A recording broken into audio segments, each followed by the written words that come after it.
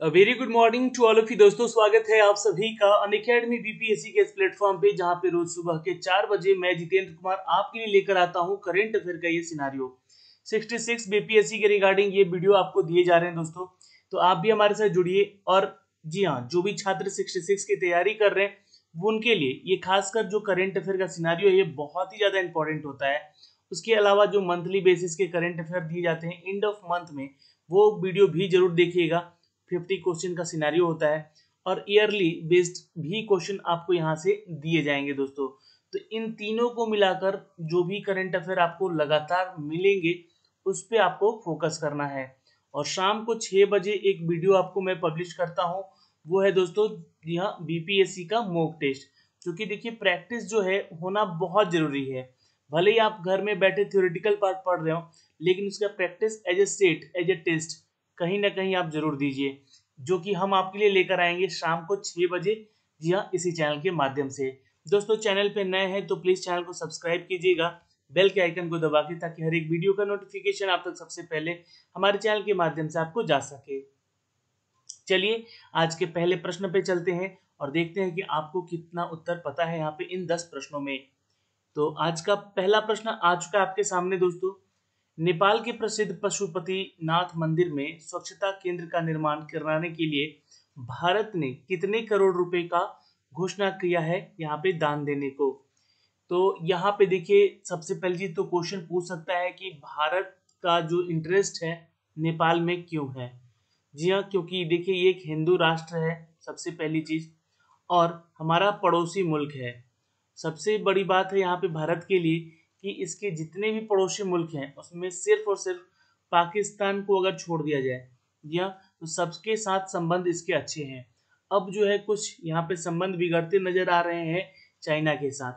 तो ये संबंध बिगड़े हैं सिर्फ और सिर्फ व्यापार को लेकर और कुछ बॉर्डर के सीमावर्ती क्षेत्रों को लेकर। खैर यहाँ पे हम बात करेंगे दोस्तों नेपाल की। तो यहाँ पे कुल राशि दी गई है दोस्तों 2.33 करोड़ रुपए। इसका आंसर ए नोट कर सकते हैं आप लोग यहाँ पे। चलिए इसके अलावा यहाँ पे हम बात करेंगे दोस्तों कि करीब भारत ने 2.33 करोड़ रुपए के दान देने का घोषणा किया है। और ये नेपाल के सिर्फ प्रसिद्ध यहाँ पे पशुपतिनाथ मंदिर है, जो कि शिव का मंदिर होता है एक। जी हाँ दोस्तों यहाँ पे, और ये ज्योतिर्लिंग में से एक है दोस्तों पशुपतिनाथ का मंदिर। और इस परियोजना का निर्माण नेपाल भारत मैत्री विकास की साझेदारी के तहत किया जाएगा। जी हाँ, जो भी लोग यहाँ पे हमारे शिव जो हैं, आराध्य हैं देव हमारे शिव, इनका एक मंदिर है पशुपतिनाथ मंदिर, जो कि ज्योतिर्लिंग होता है। और ये टोटल 14 ज्योतिर्लिंगों में से एक ज्योतिर्लिंग ये नेपाल में है। और दूसरा दोस्तों अमरनाथ, ठीक है, ध्यान रखिएगा, जो कि आउट ऑफ इंडिया है ये दोनों ही दोनों। ठीक है, इस चीज का आप ध्यान रखिएगा। अब बहुत लोग बोलेंगे कि अमरनाथ तो सर भारत में ही है। नहीं, वो चाइना अपने अधिकृत बोलता है और भारत उसको अभी अपने अधिकृत कहता है। तो खैर यहाँ पे विवादों में नहीं फंसना है आपको। यहाँ पे ये 2 ज्योतिर्लिंग बाहर हैं देश के हमारे, बाकी 12 ज्योतिर्लिंग जो है वो हमारे देश में मिलेंगे आपको शिव जी का। दोस्तों यहाँ पे इंपॉर्टेंट बनता है क्वेश्चन नेपाल, क्योंकि नेपाल से क्वेश्चन है। तो देखिए नेपाल क्या है, एक यहाँ पे मैं आपको थोड़ा सा हिंट दे देना चाहता हूँ। नेपाल जो है ऑफिशियली अगर देखा जाए तो एक federal democratic Republic of Nepal है।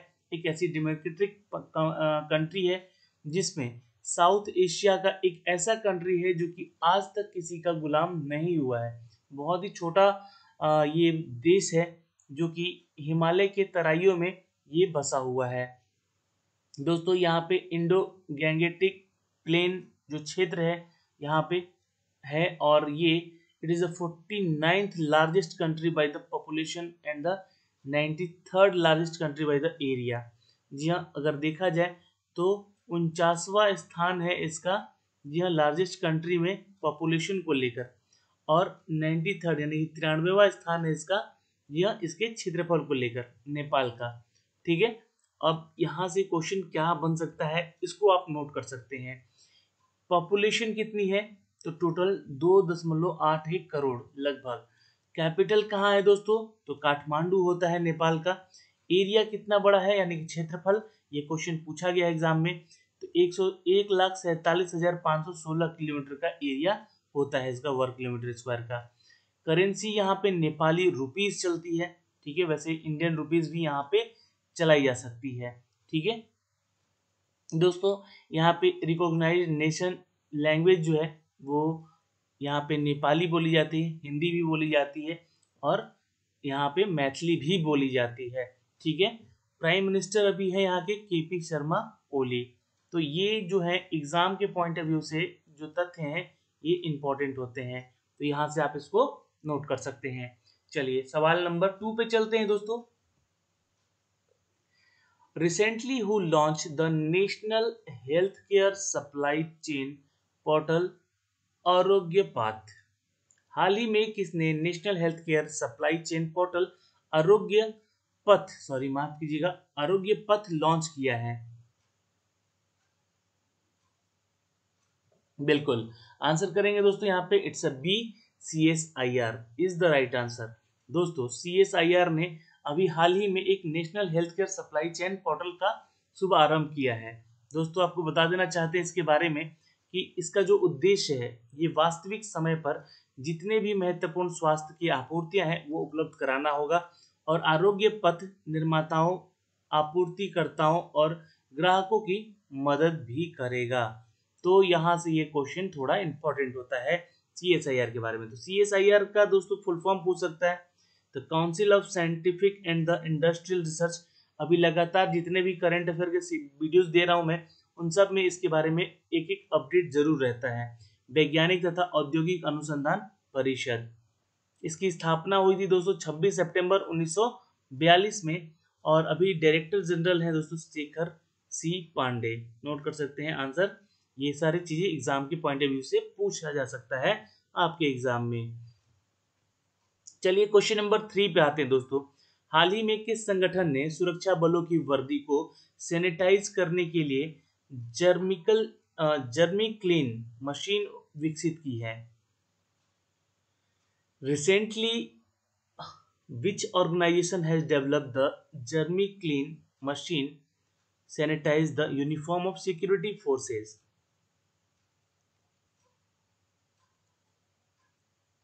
बिल्कुल आंसर करेंगे, इट्स अ DRDO। नोट कर सकते हैं दोस्तों, ये DRDO ने ये ऐसा पहल किया है जो भी सुरक्षा बल हैं या फिर हमारे कोविड-19 के लिए जो वॉरियर हैं, है ना, उनकी वर्दी को जर्मी क्लीन यानी कि जर्म से क्लीन करने के लिए एक मशीन का विकसित किया गया है DRDO के द्वारा।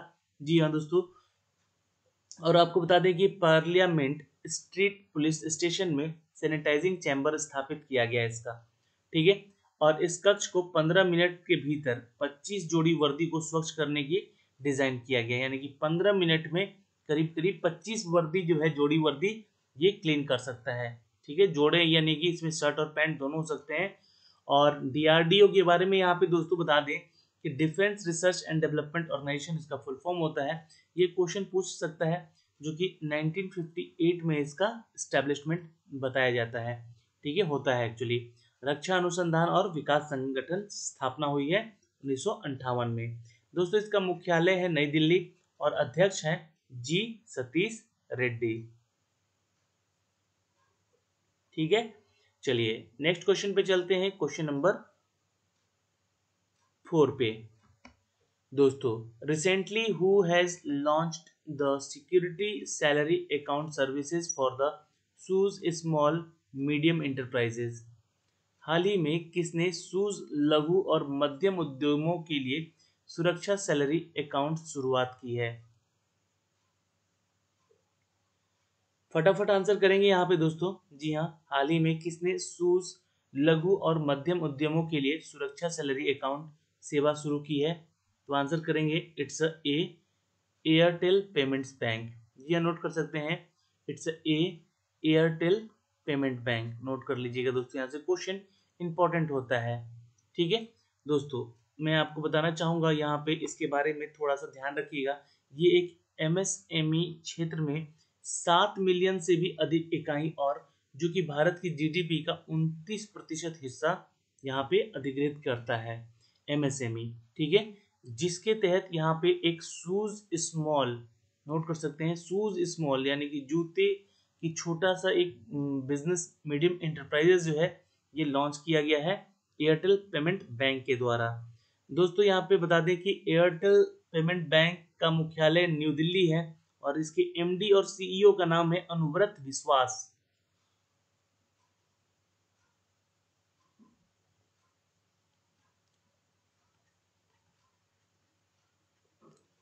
ये दोनों ही इंपॉर्टेंट होते हैं, ये दोनों ही पॉइंट, ठीक है। ये एयरटेल पेमेंट बैंक के बारे में पूछा जा सकता है। ओके, नेक्स्ट क्वेश्चन पे चलते हैं। Recently which bank has introduced insta flexi cash facility for the salary account customer. हाल ही में किस बैंक ने सैलरी खाता ग्राहकों के लिए इंस्टा फ्लेक्सी कैश सुविधा शुरुआत की है।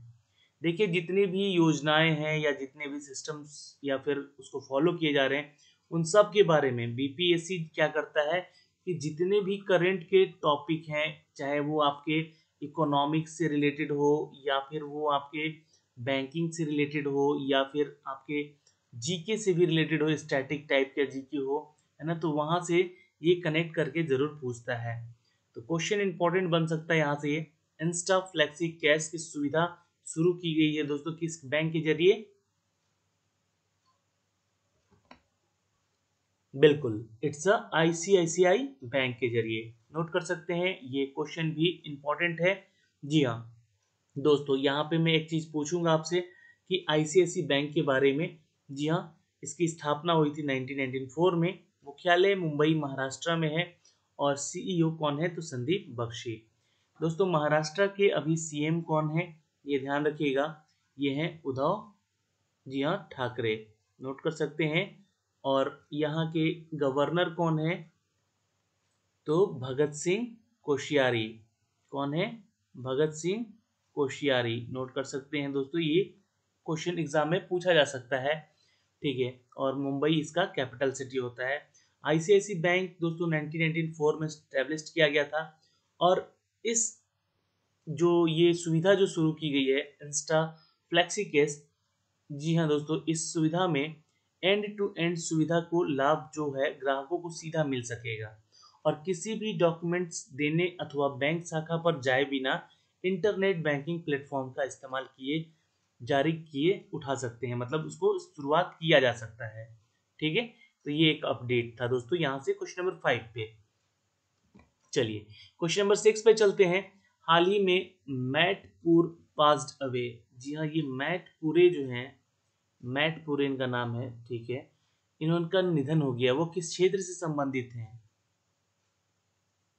बिल्कुल याद रखिएगा, ये क्रिकेट से संबंधित हैं। जी हाँ, मैट प्यूरे, जी हाँ, ये न्यूजीलैंड के खिलाड़ी थे। नोट कर सकते हैं दोस्तों। जी हाँ, ये पूर्व टेस्ट क्रिकेटर थे मैट प्यूरे, जिनका निधन हो चुका है।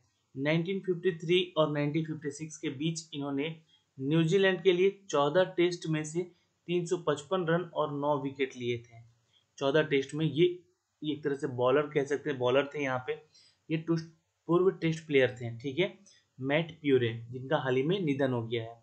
दोस्तों एक सवाल जरूर बनेगा कि अभी पूरे विश्व में, है ना, पूरे विश्व में न्यूजीलैंड ही ऐसा पहला देश है जो कि कोविड-19, जी हाँ, कोविड-19 फ्री कंट्री बना, ठीक है। वैसे यहाँ ऐसा नहीं कि इलाज आ गया, यहाँ पे केसेस खत्म हो चुके हैं, जो भी लोग पॉजिटिव थे उनको ठीक किया जा चुका है, ठीक है, इन द सेंस कि वो रिकवर कर चुके हैं खुद को।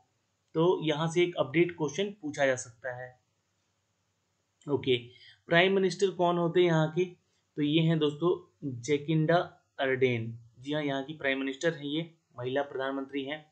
कैपिटल कहाँ है, तो वेलिंगटन है।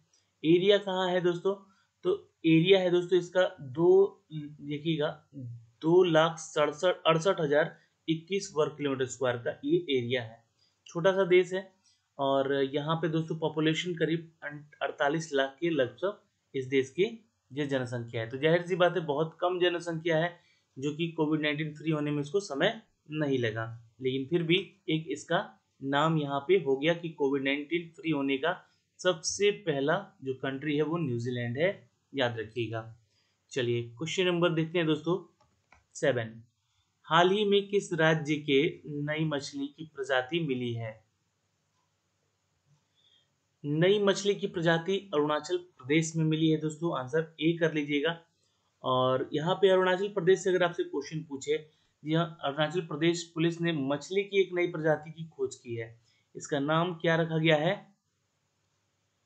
तो सीजोथोरेक्स, जी हाँ, सिकुसी रेमोन्सिस, नोट कर सकते हैं, सीजोथेरेक्स सिकुरी रूमेंजेस, ये इसका नाम है। और अरुणाचल प्रदेश से अगर क्वेश्चन पूछा जाए आपसे, तो इसका राजधानी ईटानगर है, मुख्यमंत्री अभी पेमा खांडू है और राज्यपाल यहाँ के बीडी मिश्रा है। तो ये अरुणाचल प्रदेश से आप इसको नोट कर सकते हैं, स्टार मार्क लगा सकते हैं। ओके, चलिए नेक्स्ट क्वेश्चन पे चलते हैं, क्वेश्चन नंबर 8 पे। दोस्तों, हाल ही में भारत में अटॉर्नी जनरल के वेणुगोपालन को कितने साल का सेवा विस्तार किया गया है?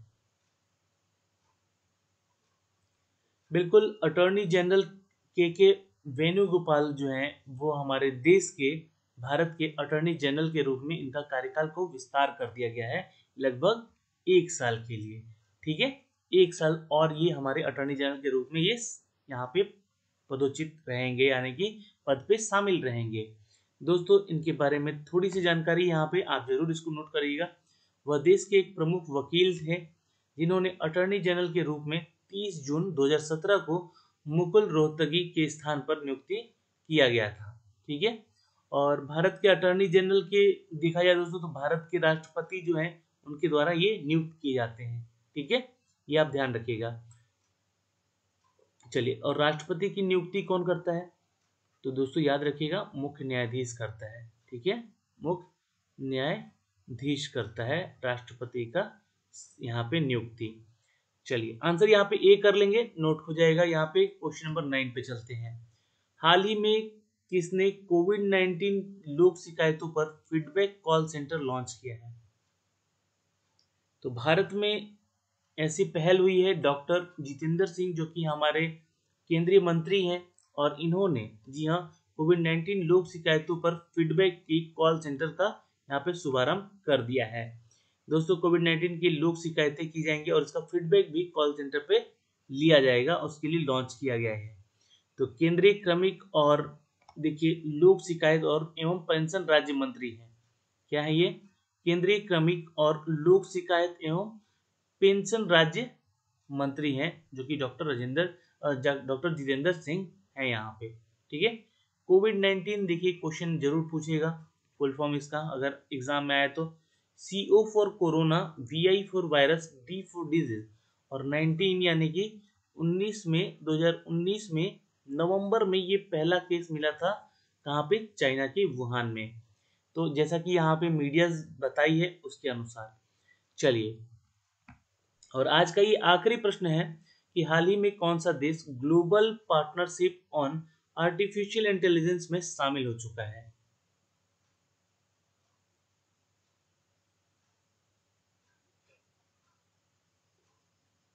बिल्कुल, आंसर क्या करेंगे दोस्तों? इट्स अ, जी हाँ, इंडिया। नोट कर सकते हैं दोस्तों, आंसर हमारा सी हो जाएगा। यहाँ पे भारत जो है वो global partnership on artificial intelligence में बतौर संस्थापक सदस्य के रूप में यहाँ पे शामिल हो चुका है दोस्तों। ठीक है, तो यहाँ पे ये क्वेश्चन थे, यहाँ पे दोस्तों आंसर सी हो जाएगा। ये टोटल 10 प्रश्न थे, जिसके कुछ कुछ डिस्क्रिप्शन मैंने आपको यहाँ पे शेयर किए हैं। इसका PDF जो है मैं आपको शेयर कर दूंगा टेलीग्राम पे, तो आप हमारा टेलीग्राम चैनल भी ज्वाइन कर सकते हैं। जी हाँ, नोट कर लीजिएगा, टेलीग्राम चैनल को ज्वाइन कीजिए, और लिंक दिया गया है डिस्क्रिप्शन में भी। वीडियो कैसा लगा एक लाइक और शेयर करके ज़रूर बताइएगा, है ना, अपने दोस्तों के ग्रुप में, और ज़्यादा से ज़्यादा लोगों तक शेयर जरूर कीजिएगा। तो आज के लिए इतना ही दोस्तों, मिलते हैं आपसे अगली वीडियो में। तब तक के लिए बाय बाय, टेक केयर, ध्यान रखिएगा अपना और अपने परिवार का।